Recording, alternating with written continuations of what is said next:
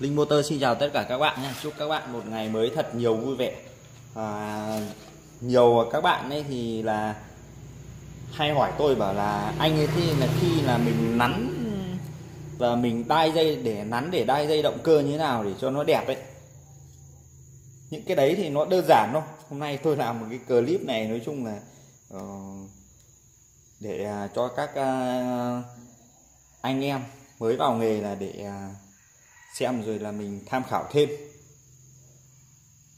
Đấy, như tôi là tôi hay dùng những cái đây, cái cây gỗ như thế này các bạn này. Đầu này chúng ta làm nó tròn đi, đầu này làm để bẹt ra như thế này để chúng ta 7 dây các bạn nhá. Còn động cơ này của tôi ấy thì là có 5,5 kW, tốc độ 1400 vòng phút. Tôi vẫn quấn cực giả như mọi khi. Đây, rất đơn giản đấy các bạn. Đấy, mình dùng cái này để là mình nắn những cái đầu này ra, nắn những cái chỗ mà nó phình ra quá, nắn đẩy ra để cho nó con nó đẹp hơn.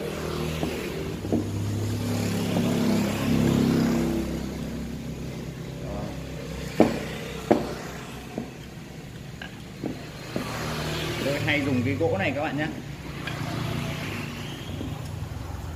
Động cơ mà muốn làm xong để cho nó đẹp đấy thì các bạn vào từ những cái thép dây đầu tiên. Các bạn nắn luôn nó từ lúc ban đầu đi, nắn cho nó có độ vuông của nó ra, đến khi là mình nắn cái này là nó sẽ rất nhanh và rất nhàn. Đấy, còn bên trong này thì là tôi hay dùng như này, chúng ta gõ ra, gõ những cái chỗ mà nó phình ấy, để khi chúng ta lắp cái rô to của chúng ta vào nhưng mà nó không bị chạm vào dây cuốn của mình. Đấy, rất đơn giản phải không các bạn?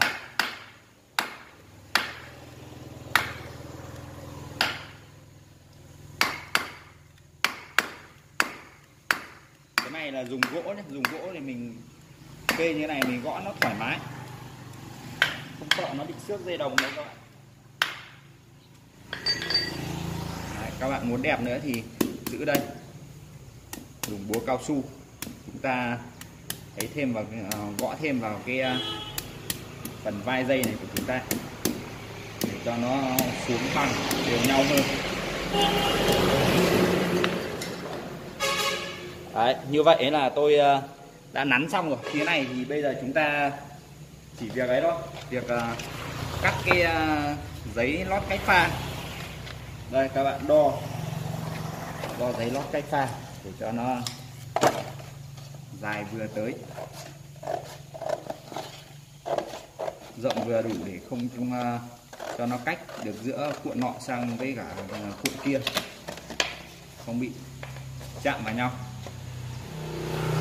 Ta buộc thì là động cơ nó chạy nó sẽ an toàn hơn. Đấy. Đây như tôi hay làm cái kiểu này thôi, ướm vào đây thử đã, cắt từng cái một.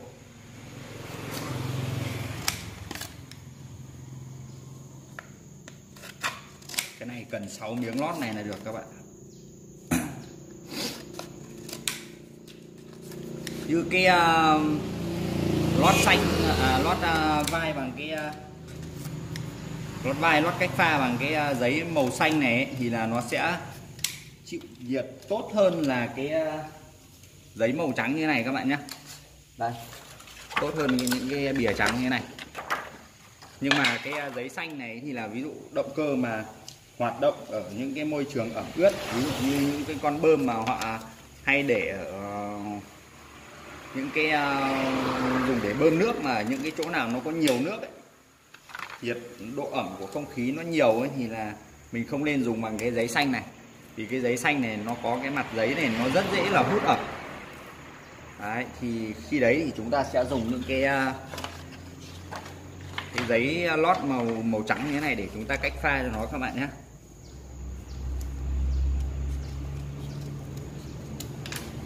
Con động cơ này của tôi thì là nó làm ở cái môi trường nó cạnh cái máy sấy,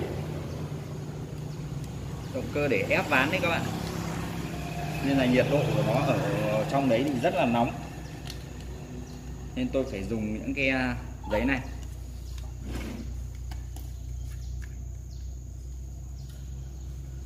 Được rồi, ok.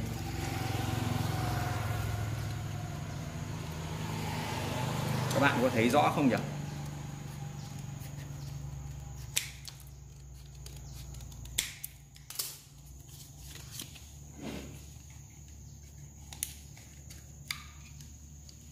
Nhiều anh em bảo tại sao mà em nắn mất rất nhiều thời gian nhưng mà động cơ nó vẫn không được đẹp.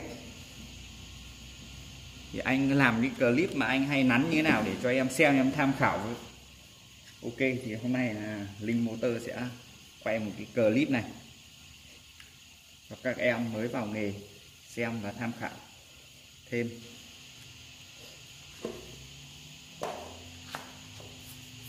Được chưa các bạn? Cái này là tôi không chờ đâu nhé.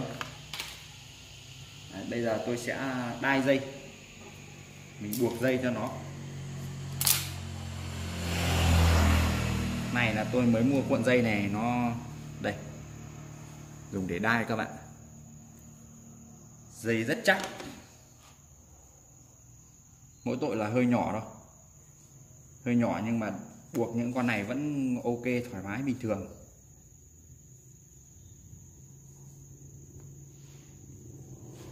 Đấy, dùng cái kim đồng trong khâu, chúng ta khâu nó các bạn nha.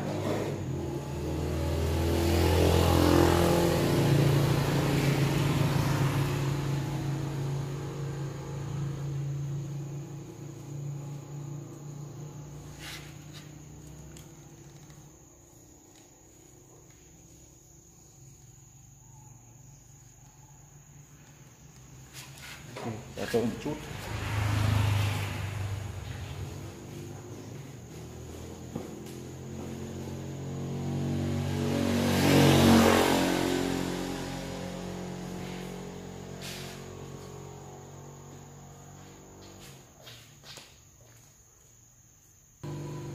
Ok, bây giờ tôi đai dây cho nó các bạn. Đâu? Đây, chúng ta dùng cái kim đồng này. Cái khâu đai dây nó cũng rất là quan trọng đấy các bạn. Mình đai càng chắc thì càng tốt.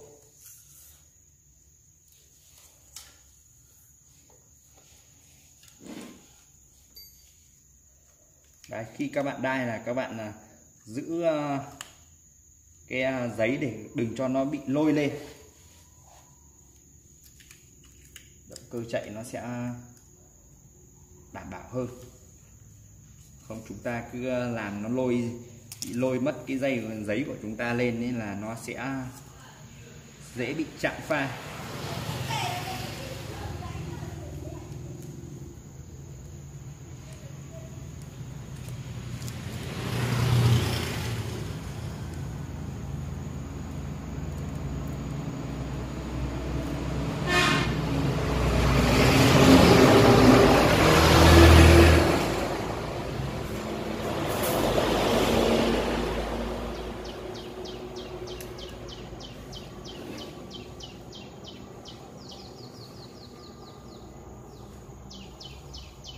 Cái dây này rất là chắc các bạn, kéo thoải mái.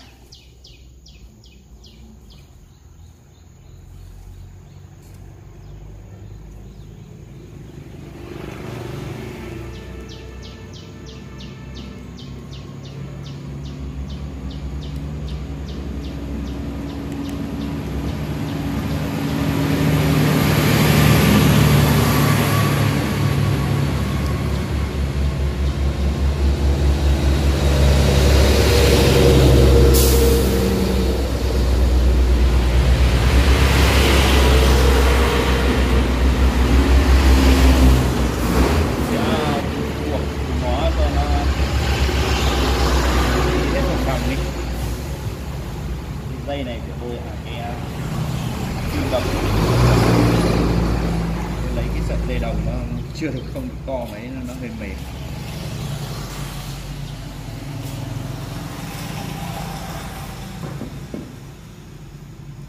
Vợ đi chơi về rồi đấy à?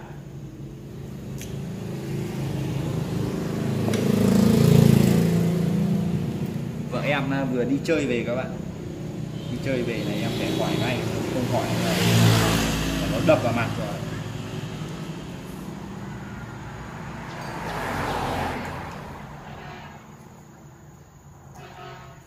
Đi chơi về là mình vẫn phải hỏi xem là vợ đi chơi về có vui không, không là nó đánh nó chết. Em ghê lắm.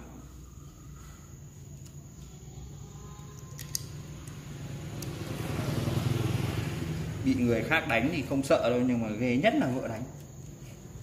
Của anh nó bầm dập hết cả mặt mũi lên.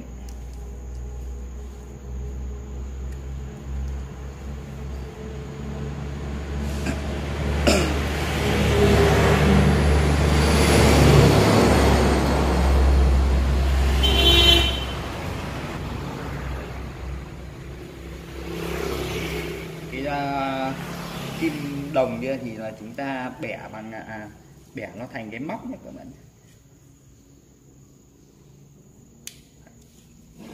Rất là chắc. Cái dây này mỗi tội là hơi đắt, mặn. Dây này mua mặn. Một cuộn của nó cân 1 cân 9 mà trong nó rơi vào thì em mua cả tiền mua trên mạng. Họ ship về đến đây cho là cả tiền cước là thành 450 một cuộn. Một cuộn được 2 cân. Và 200.000 một cân. Họ bán cân cho mình các bạn.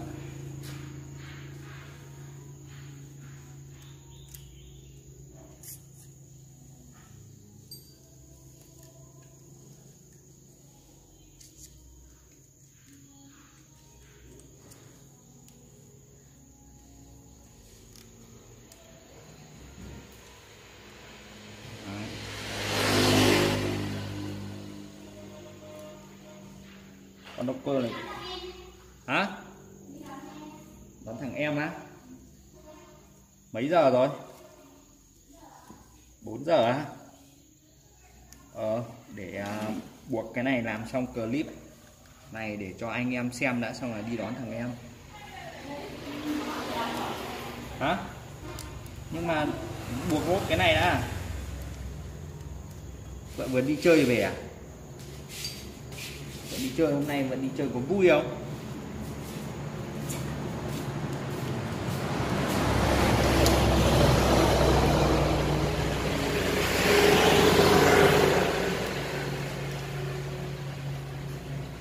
Thi thoảng là phải hỏi thăm vợ các bạn, không tối nó không cho ngủ cùng để chết. Ơi, các bạn xem clip của Linh Motor thì thấy hay thì nhớ đăng ký kênh, chia sẻ video ủng hộ cho Linh Motor cho các bạn nha. Và đừng quên nhấn vào cái chuông để khi tôi có những cái clip nào là các bạn là có thể là biết luôn. Cắt dây hơi ngắn này các bạn, phải nối thêm một đoạn nữa để cái dây này, cái dây buộc này nó như kiểu là nó gần dạng như là dây thủy tinh các bạn, rất là dai và rất là chắc, nhưng mà không ngứa, trừ cái là không ngứa.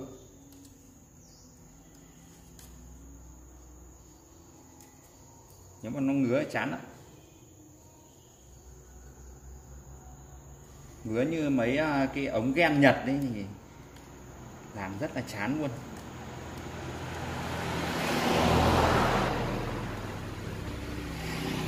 Sắp xong rồi đấy, các bạn còn nhìn thấy không? Không, tôi lại cứ kéo hết vào lòng thôi, các bạn không nhìn thấy gì.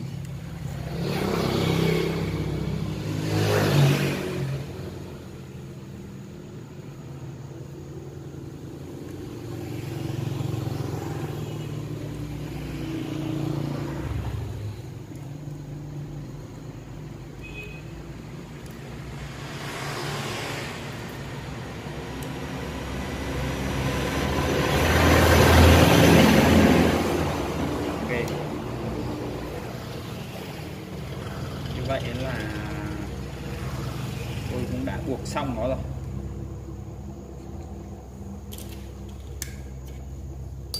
Khi các bạn buộc xong như thế này thì mình xem những cái chỗ nào mà nó còn phình chửa ra quá mà chưa được gọn thì mình lại dùng cây này mình nắn lại một chút cho nó đẹp hơn nha các bạn nhé.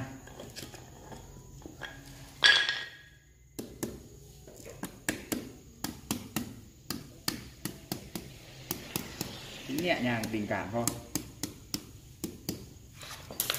Đấy, được chưa? Ok. Đây, tôi quay gần gần lại cho các bạn xem nhá. Đấy. Hôm nay là tôi làm cái clip này là để chia sẻ cho các anh em mới vào nghề tham khảo các bạn nhá.